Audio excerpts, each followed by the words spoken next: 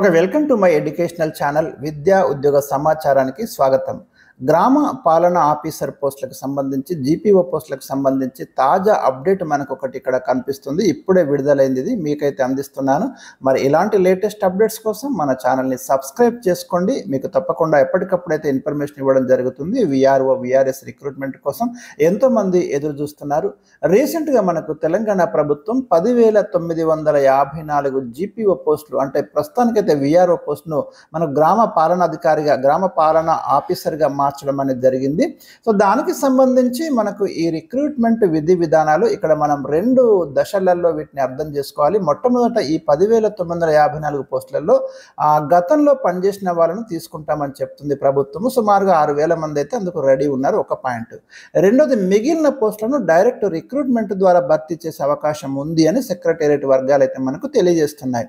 అయితే ఒక్కసారి మనం ఇప్పుడు లేటెస్ట్గా ప్రస్తుతానికైతే గతంలో ఎవరైతే పనిచేసి ఉన్నారో వాళ్ళను మనకు ఈ డిపార్ట్మెంట్లకు, రెవెన్యూ డిపార్ట్మెంట్లకు తీసుకురావడానికి అనుసరించాల్సినటువంటి గైడ్లైన్స్ అయితే తాజాగా మనకు కొద్దిసేపటి క్రితం రిలీజ్ చేయడం జరిగింది.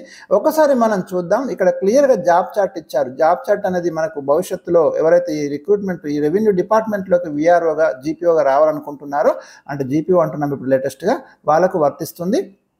ఇక రిక్రూట్మెంట్ ద్వారానే ఈ పాత వాళ్ళను కూడా నియామకం, అంటే టెస్ట్ ద్వారానే తీసుకుంటామని గవర్నమెంట్ ఇక్కడ ఇందులో ప్రస్తావిస్తున్నది. సో కొన్ని ఇంపార్టెంట్ అంశాలు అయితే దీంట్లో ఉన్నాయి మనకి. చూడండి ఇక్కడ మీకు ఫస్ట్ అయితే ఇక్కడ మనకు in the reference 1 read above orders have been issued for creation of 10,954 గ్రామ పాలన officer GPO for appointment in the revenue department బలోపేతం చేయడానికి వీళ్ళకి మనం తీసుకుంటున్నామని ఇక్కడ వీళ్ళని తీసుకుంటున్నామని చెప్పడం జరిగింది.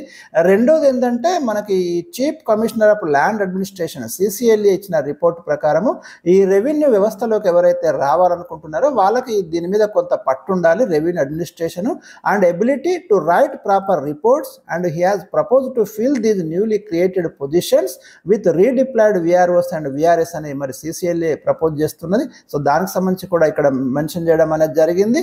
తర్వాత గవర్నమెంట్ ఆఫ్టర్ కేర్ఫుల్ ఎగ్జామినేషన్ ఇది చూసిన తర్వాత గవర్నమెంట్ పర్మిషన్ ఇస్తుంది.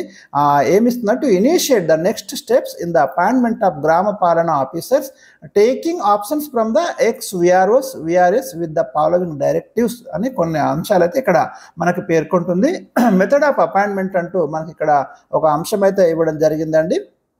ఆ విఆర్ఓస్ ఎవరైతే ఉన్నారో, విఆర్ఓస్ కావచ్చు, విఆర్ఎస్ కావచ్చు, who have been regularised and observed, different పోస్టులలో వాళ్ళు రెగ్యులర్ అయ్యి అబ్జర్వ్ అయి ఉన్నారు, వాళ్ళందరినీ కూడా ఎవరైతే ఆప్షన్ ఇచ్చుకున్నారో వాళ్ళందరినీ కూడా వెనక్కి తీసుకొస్తాం అని చెప్తూనే వాళ్ళకి ఒక ఎలిజిబిలిటీ క్రైటీరియా ఇక్కడ ఇస్తున్నారు. ద మినిమం ఎడ్యుకేషన్ క్వాలిఫికేషన్ మీరు ఇక్కడ చూడండి, ఇది ఇంపార్టెంట్ ఇక్కడ point. Graduation from a recognised university అంటూ, లేదా intermediate and a minimum of total 5 years of service in the cadres of erstwhile VRO or VRA observed on regular service as record assistant or junior assistant అనే ఒక option ఇవ్వడం జరిగింది. వాళ్ళకు degree అయినా ఉండాలి, లేదా ఇంటర్మీడియట్ ఉంటూ minimum of total 5 years service అనే కండిషన్ అయితే ఇక్కడ పెట్టడం జరిగింది. సో అక్కడ మనకి మరి ఎవరైతే ఆప్షన్ ఇచ్చుకున్న వాళ్ళు దాదాపు ఇంటర్మీడియట్ అయితే ఉన్నారు, వాళ్ళు ఆల్రెడీ మనకి 5 years పనిచేసి కూడా ఉన్నారు కాబట్టి విఆర్ఓస్ విఆర్ఏగా, కాబట్టి ఇబ్బంది ఏం లేదు, వాళ్ళైతే ఈ టెస్ట్ అయితే రాసుకోవచ్చు అనేది ఇక్కడ స్పష్టం చేయడం జరుగుతుంది. ఇక జాబ్ రెస్పాన్సిబిలిటీస్ ఇక్కడ ఇచ్చారు, వాళ్ళు ఏం డ్యూటీ చేయాలి ఇక్కడ పేర్కొన్నారు. Maintenance of village accounts maintain చేయాల్సి ఉంటుంది వాళ్ళు. Conducting enquiries for the issuance of various certificates, అంటే క్యాస్ట్ సర్టిఫికెట్, ఇన్కమ్ లాంటివి వాళ్ళే చూడాల్సి ఉంటుంది. కండక్టింగ్ ఎంక్వైరీస్ రిగార్డింగ్ ఎంక్రోచ్మెంట్స్, అంటే భూ ఆక్రమణలు కావచ్చు, గవర్నమెంట్ ల్యాండ్స్ని ప్రొటెక్ట్ చేయడము, ఇవన్నీ కూడా వాళ్ళ కంట్రోల్లోనే ఉండబోతున్నాయి. ఇన్వెస్టిగేటింగ్ ల్యాండ్ రిలేటెడ్ డిస్ప్యూట్స్, అంటే భూ వివాదాలు ఏమైనా ఉంటే వాటిని ఇన్వెస్టిగేట్ చేయడము. అసిస్టింగ్ సర్వేయర్స్కి వాళ్ళు అసిస్ట్ చేయడము, అంటే వాళ్ళకి కోఆపరేట్ చేయడము, సహకరించడము ల్యాండ్ సర్వేయర్స్కి, ఇవి కూడా వాళ్ళ డ్యూటీస్లో ఉండబోతున్నాయి. Performing duties related to disaster management, అంటే ఏవైనా ప్రకృతి విపత్తులు వచ్చినప్పుడు కూడా వీళ్ళ పాత్ర క్రియాశీలకంగా ఉండబోతున్నది ఈ జీపీఓలది. Identifying beneficiaries for welfare schemes, సంక్షేమ పథకాలకు మరి అర్హులను గుర్తించడం కూడా వీళ్ళ పని అని చెప్తున్నారు. ఎలక్షన్ రిలేటెడ్ వర్క్ కూడా వీళ్ళ కంట్రోల్లో, అంటే ఆ గ్రామ లెవెల్లో ఉండేటటువంటి ఎలక్షన్ రిలేటెడ్ డ్యూటీస్ కూడా వీళ్ళు చేయాల్సి ఉంటుంది. Coordinating with inter departmental officials at the village, cluster and mandal levels, వాళ్ళందరితో సమన్వయం చేసుకోవాలి. Undertaking any other duties interested by the government chief commissioner of land administration ఇంకా ఏవైనా అదనపు బాధ్యతలు ఇస్తే అవి కూడా ఇక్కడ చేయాల్సి ఉంటుంది అని స్పష్టంగా ఇవి పేర్కొనడం జరిగింది. అంటే భవిష్యత్తులో మనకు డైరెక్ట్ రిక్రూట్మెంట్ కింద వచ్చే వాళ్ళు కూడా జీపీఓలు ఈ పని అయితే చేయాల్సి ఉంటుంది. అంటే విధుల మీద స్పష్టత వచ్చి ఉంటుంది మనందరికి కూడా. ఇక సెలక్షన్ ప్రాసెస్ చెప్పింది ఇక్కడ ఎలిజిబిలిటీ కమ్ స్క్రీనింగ్ టెస్ట్ అని ఇక్కడ క్లియర్గా చెప్తున్నాడు. ఈ పాత వాళ్ళను కూడా మేము ఇట్లాగే తీసుకుంటాము. Shall be conducted to evaluate the competency of applicants for the post of GPO అని క్లియర్గా చెప్పిండ్రు. The test shall assess the knowledge and skill related to the aforementioned responsibility to ensure the efficient functioning of the revenue system. అంటే revenue system మీద complete ఒక అవగాహన ఉండాలి అని క్లియర్గా చెప్తున్నారు. డెలివరీ ఆఫ్ పబ్లిక్ సర్వీసెస్ అంటే వీళ్ళ సిలబస్ కొంచెం డిఫరెంట్ సిలబస్ పెట్టే అవకాశాలు ఉన్నాయి. రిలేటెడ్ టు రెవెన్యూ ఆ సిలబస్ అయితే పెట్టే అవకాశాలు మనకు స్పష్టంగా కనిపిస్తున్నాయి. డైరెక్ట్ రిక్రూట్మెంట్ కింద భవిష్యత్తులో చేయబోయే దాంట్లో కూడా చేపట్టబోయే నియామకాల్లో కూడా ఈ అంశాలు చోటు చేసుకునే అవకాశాలు ఉన్నాయి. కాబట్టి అభ్యర్థులు ఇక్కడ గమనించండి. ఇక authority for selection and appointment ఎవరికి ఇచ్చారంటే the selection and appointment of Grama పాలన officer shall be undertaken by the సిసిఎల్ఏకి ఇస్తున్నారు.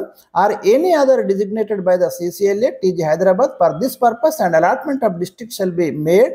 ద అపాయింట్మెంట్ ఆఫ్ గ్రామ పాలన officer shall be done by district collectors concerned అని ఇక్కడ పేర్కొంటూ ప్రత్యేక ఆదేశాలు అయితే ఇవ్వడం జరిగింది. ఇక సర్వీస్ కండిషన్స్ ఇచ్చారు. Service rules governing the post of GPO shall be framed in the due course అని చెప్తున్నారు. వాళ్ళ యొక్క సర్వీస్ రూల్స్ రాబోతున్నాయి. Pay scale and pay in GPO post shall be same as what is being drawn by the applicant in present post అని ఇక్కడ క్లియర్గా చెప్తున్నారు. In service విఆర్ఓకి సంబంధించి the previous service rendered by the erstwhile VRO and VRO shall not be counted. Clear చెప్పిండ్రు. Service విషయంలో మాత్రం towards seniority in the revenue department అది వర్తించదని చెప్తున్నారు. ప్రీవియస్ సర్వీస్ అయితే అదొకటి క్లియర్గా ఇక్కడ మెన్షన్ చేస్తున్నారు.